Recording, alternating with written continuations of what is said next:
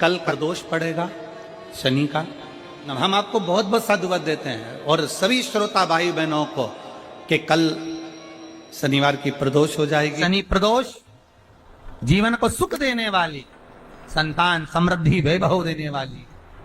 निवेदन है आपसे, सूर्य अस्त का समय हो, प्रदोष का समय, प्रदोष काल, शाम के समय पर कटोरी में सरसों का तेल ले लीजिए। शंकर के शिवलिंग पर किसी मंदिर में जाकर सरसों का तेल शिव पर चढ़ा। तेल चढ़ते समय शंकर के शिवलिंग पर त्रिपुंड बना दें। ये एक उंगली, चीटी उंगली के पास वाली उंगली शंकर के शिवलिंग पर टच कर कर रखें और अपनी मनोकामना पूर्ण करें। बाबा विश्वनाथ पूरा करता है। भगवान शंकर के द्वार पर स्वयं शनि महाराज आज मिलने के लिए, और जितने ग्रह नष्ट देने वाले हैं, कारक ग्रह हों, बेकार वृत्ति वाले हों, वो सब आज शनि सबके दोष मिटा देता है। शंकर भगवान के मंदिर में आज शनि प्रदोष के दिन, मंदिर में नहीं तो घर में अगर शंकर का शिवलिंग है तो एक दिया अवश्य लगाओ। शनि महाराज जीवन का सुख प्रदान करेंगे, आनंद।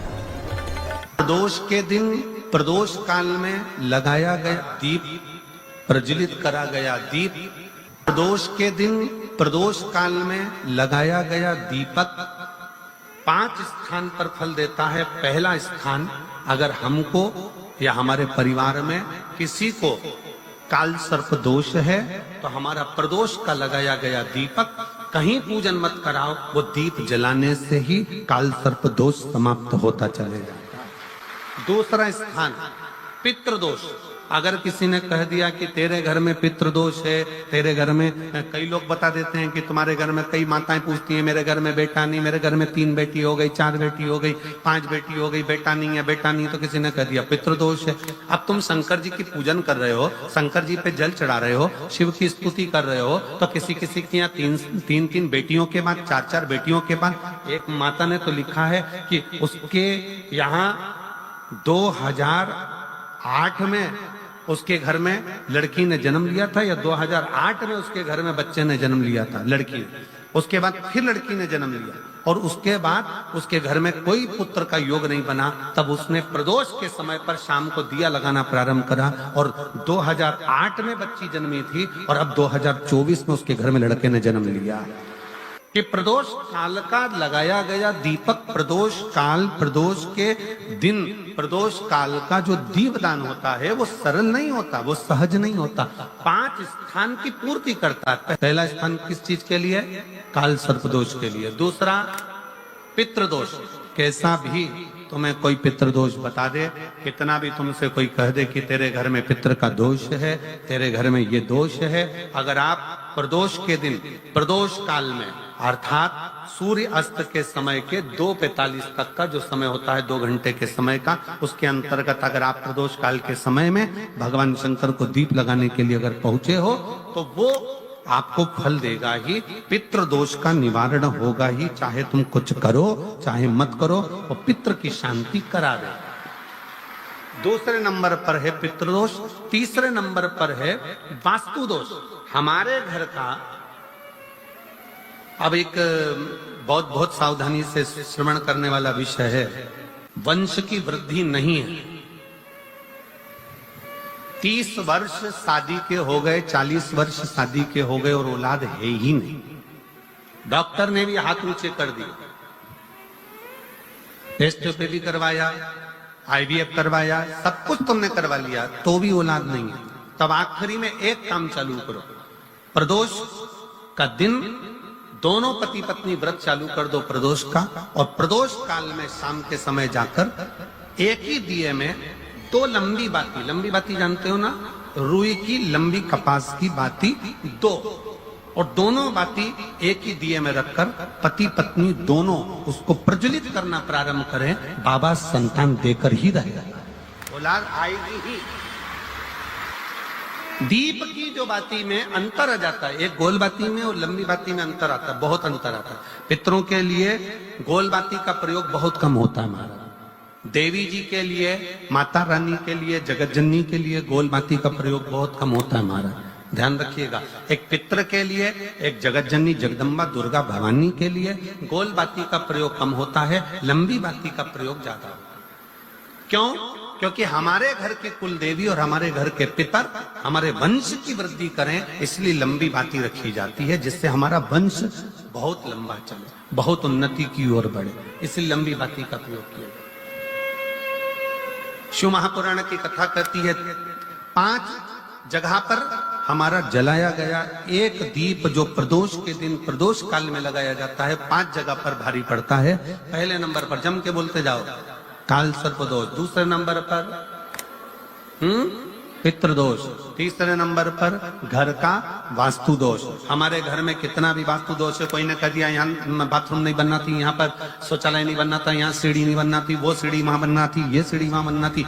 तुम पूरा घर तोड़वा के देख लो, उसके बाद में जैसा वास्तु वाले हैं वैसा करा कर देख लो, उसके बाद भी तुमको शांति नहीं मिले तो समझ लेना कि तुम्हारे घर में अब वास्तु दोष तो तुमने दिखाकर समाप्त कर लिया, फिर भी वो समाप्त नहीं हो रहा, तो प्रदोष काल का लगाया गया प्रदोष के समय का दिया आखिरी में वास्तु दोष को भी समाप्त कर देता है और उसमें भी फल प्रदान करता है। काल सर्प दोष, पितृदोष, वास्तु दोष। चौथे नंबर पर 1 रुपया कमाया, 1.25 रुपए खर्च हुआ, पैसा आया गया, ये चौथे नंबर का। व्यापार में थोड़े दिन दुकान अच्छी चली, थोड़े दिन बैठ गए, थोड़े दिन काम चला, थोड़े दिन बैठ गए, गाड़ी चली थोड़े दिन फिर बैठ गए, अर्थात हमारी फैक्ट्री थोड़े दिन चली फिर बैठ गए, कहीं ना कहीं तकलीफ, थोड़े दिन खाते थोड़े दिन रोते वाला चल रहा है। तो प्रदोष काल का, प्रदोष के समय का दिया इस दुख को समाप्त कर कर रेगुलर एक जैसी सांझी, एक जैसी लक्ष्मी की वृद्धि करते चले गए। प्रदोष काल का। और 5वें नंबर का प्रदोष काल का दिया, प्रदोष समय का दिया 5वें नंबर पर रोग का निवारण का, रोग निवारण।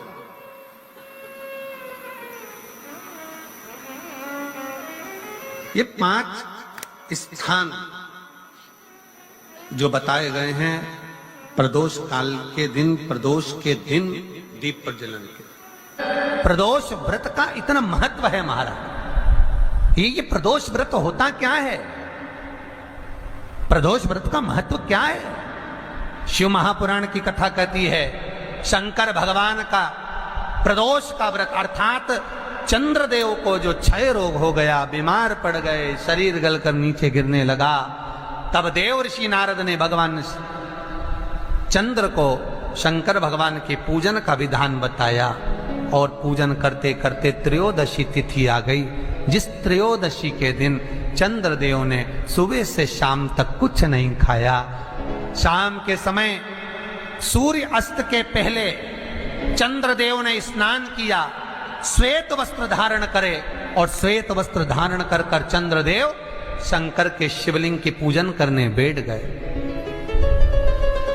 शंकर भगवान के शिवलिंग के पूजन जब चंद्रदेव ने करी, हाथ में अक्षत लेकर चंद्रदेव ने शंकर को समर्पित करे, ओम उमापति नमः कहकर जब चंद्रदेव ने शिव को समर्पित करे, भगवान शंकर त्रयोदशी के दिन प्रदोष समय में, प्रदोष काल में प्रकट हो गए और प्रकट होकर बोले, ऐ चंद्र, तुमने आज मेरा अनुरोधन किया है, आज मेरा स्मरण किया है, जाओ आज त्रयोदशी के दिन प्रदोष काल में मैं तुम्हारे शरीर को स्वस्थ करता हूं। तब से ये प्रदोष व्रत प्रारंभ हुआ है महाराज। किसने करा है प्रदोष व्रत? भगवान विष्णु ने करा था। जब घोड़े का मुंह लगा हयग्रीव अवतार, लक्ष्मी जी हंस दी थी तो घोड़े का मुंह भगवान विष्णु का लगा, तब भगवान विष्णु ने प्रदोष व्रत करा था। भगवान विष्णु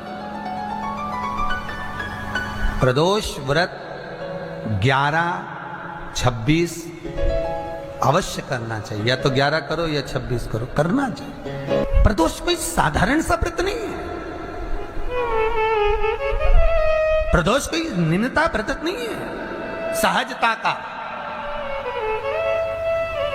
एक एक प्रदोष का महत्व शास्त्र वर्णन करता, शिव महापुराण कहती है एक एक प्रदोष का महत्व।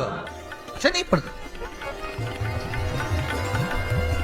मान लो कोई व्यक्ति पैसे खाकर चले गया, नहीं दे रहा, कभी हुआ तो शास्त्र कह रहा है भगवान शंकर के मंदिर में शमी का पत्र, शमी का पत्ता, शमी पत्र, शंकर के मंदिर में काली तिल्ली के साथ में शमी पत्र, शनि प्रदोष सुख का दिन। स्वयं शंकर को प्रिय है प्रदोष का व्रत, इसलिए निवेदन है बन सके व्रत करते हुए भगवान शंकर का अनुमोदन करें, जीवन को सार्थक बने। भगवान शिव का स्मरण करते हुए आनंद करते हुए। शंकर सुख की दैनी है, शिव आनंद के, वो क्या नहीं देता?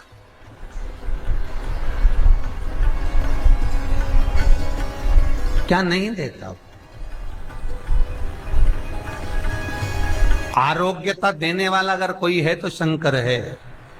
भगवान कृष्ण के यहां जब 16,108 रानियों से संतान नहीं हुई तो पुत्र देने वाला अगर कोई है तो शंकर है।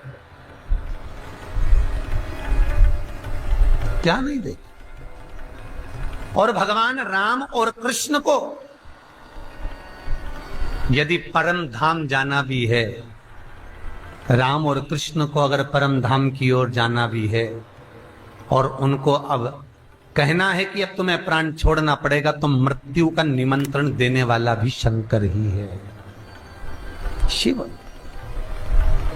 कोई दूसरा नहीं। मृत्यु का निमंत्रण देने वाला भी शंकर। 26 प्रदोष का फल एक क्षण में प्राप्त हो जाता है, क्षण में। तब कहा जिस दिन प्रदोष का दिन हो, 26 प्रदोष में से कोई भी प्रदोष का दिन हो और प्रदोष काल में आप अपने घर से जल और एक हाथ में घी का भरा हुआ दीप, प्रदोष का दिन हो और प्रदोष काल में आप अपने घर से जल और एक हाथ में घी का भरा हुआ दीप लेकर जिस दिन शंकर के मंदिर में जाते हो, शंकर को जल चढ़ाकर हाथ का स्पर्श जलाधारी पर कर कर शिव मंदिर में दीप प्रज्वलित कर देते हो, 26 प्रदोष का पुण्य फल उसी क्षण प्राप्त होगा। 26 प्रदोष का फल एक ही दिन में, एक ही क्षण में प्राप्त हो जाता है। 26 प्रदोष। शमी की जो पत्ती होती है,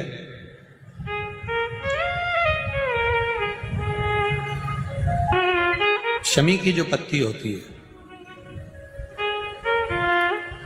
एक पत्ती में जितनी पत्तियां लगी होती हैं और एक पत्ती के अंदर, जरा ध्यान देंगे, जैसे इस पत्ती में ढेर सारी पत्तियां लगी हुई, पत्ती में से भी एक पत्ती तोड़ोगे और एक पत्ती तोड़ने पर उस पत्ती को भी अगर गिनोगे तो उसमें बहुत सारी पत्तियां होती हैं।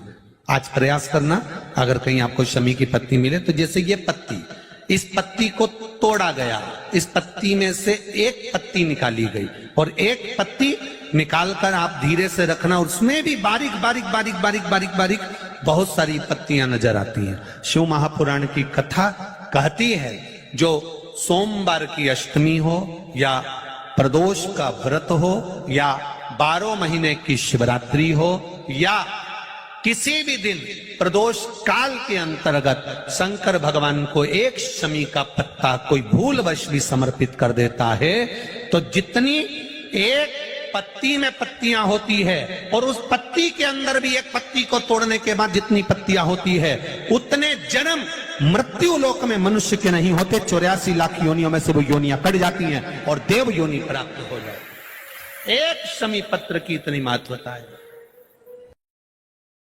लड़का लड़की 40 साल के हो गए, 35 साल के हो गए, उनका अगर विवाह नहीं हुआ है, बहुत रिश्ते आए चले गए, संबंध आए चले गए, या जो बेटा बेटी चाहते हैं कि हम अच्छा पढ़कर एक नौकरी सरकारी प्राप्त कर लें, कोई ऐसा अच्छा जॉब हमारी किस्मत में मिल जाए, बेटा बेटियों से निवेदन करूंगा यदि आप चाहते हो तो एक प्रयास जरूर करना, एक प्रयास अपनी जिंदगी में जरूर करना।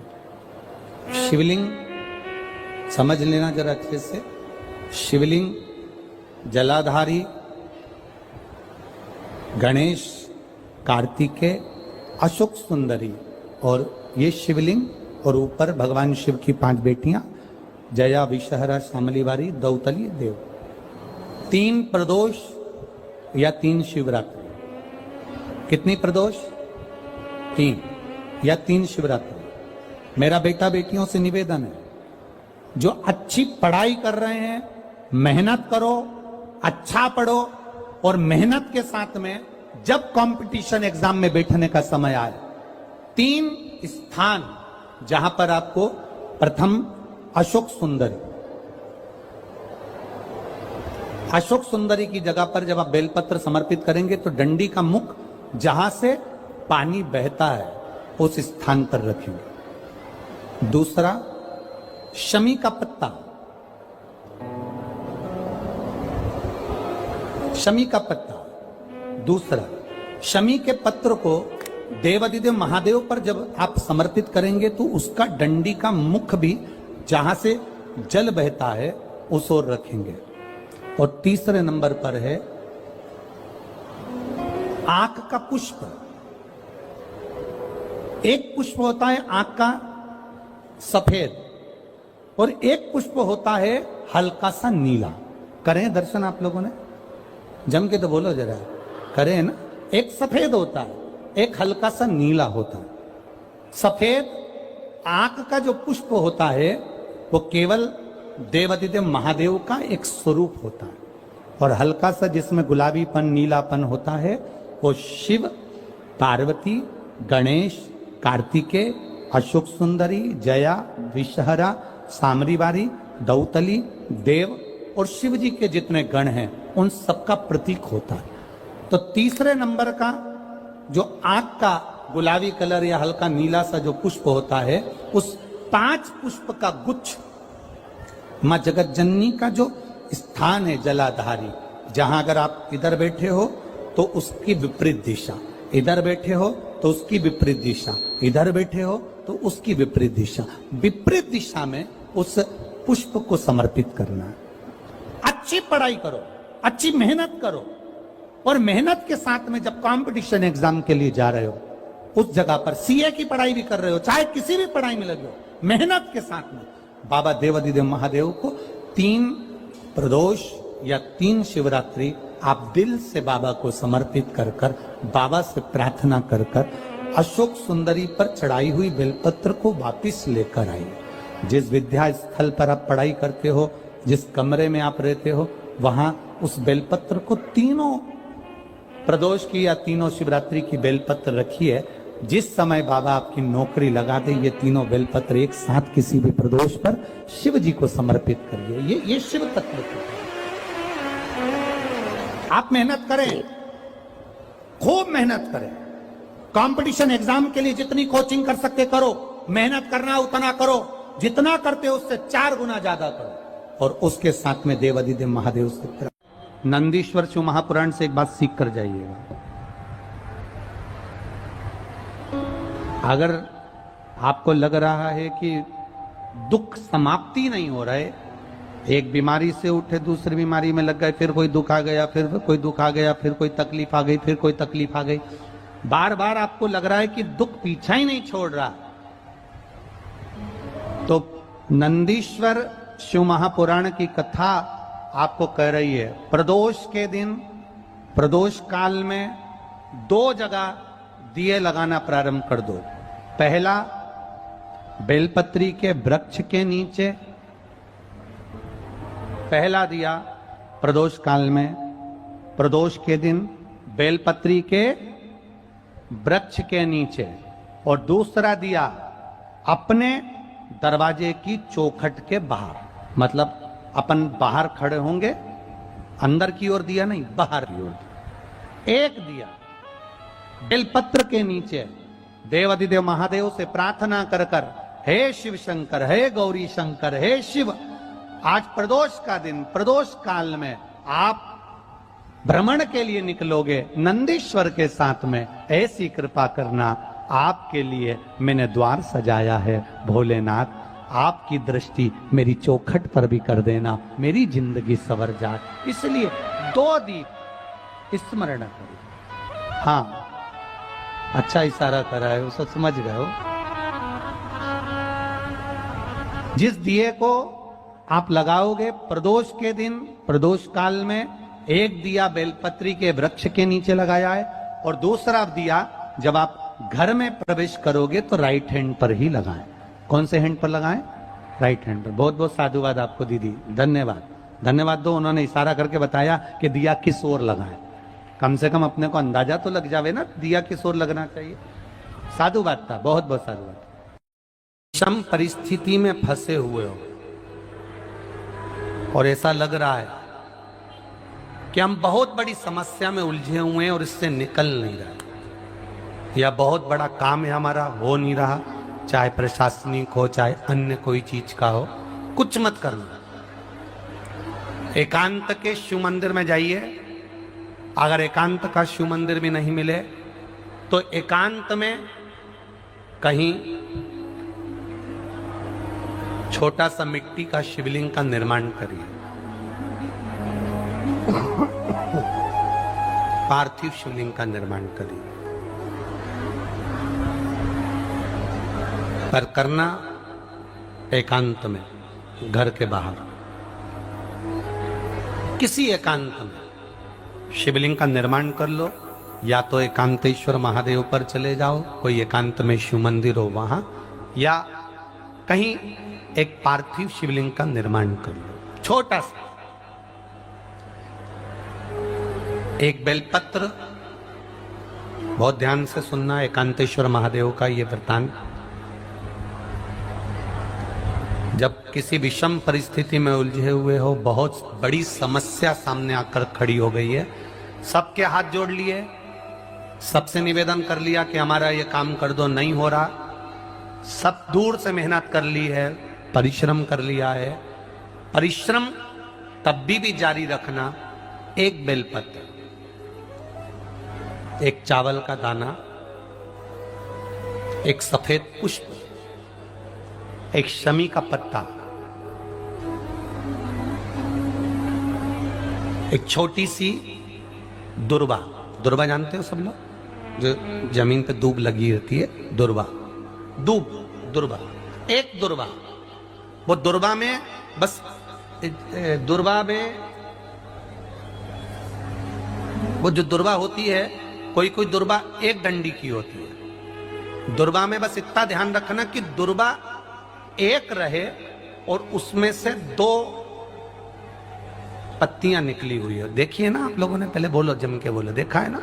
दुर्वा एक हो और 2 पत्ती की हो, एक ही कहलाएगी। 2 पत्ती निकली हुई दुर्वा, एक श्वेत पुष्प, शमी का पत्ता, बेलपत्र, चावल का एक दाना।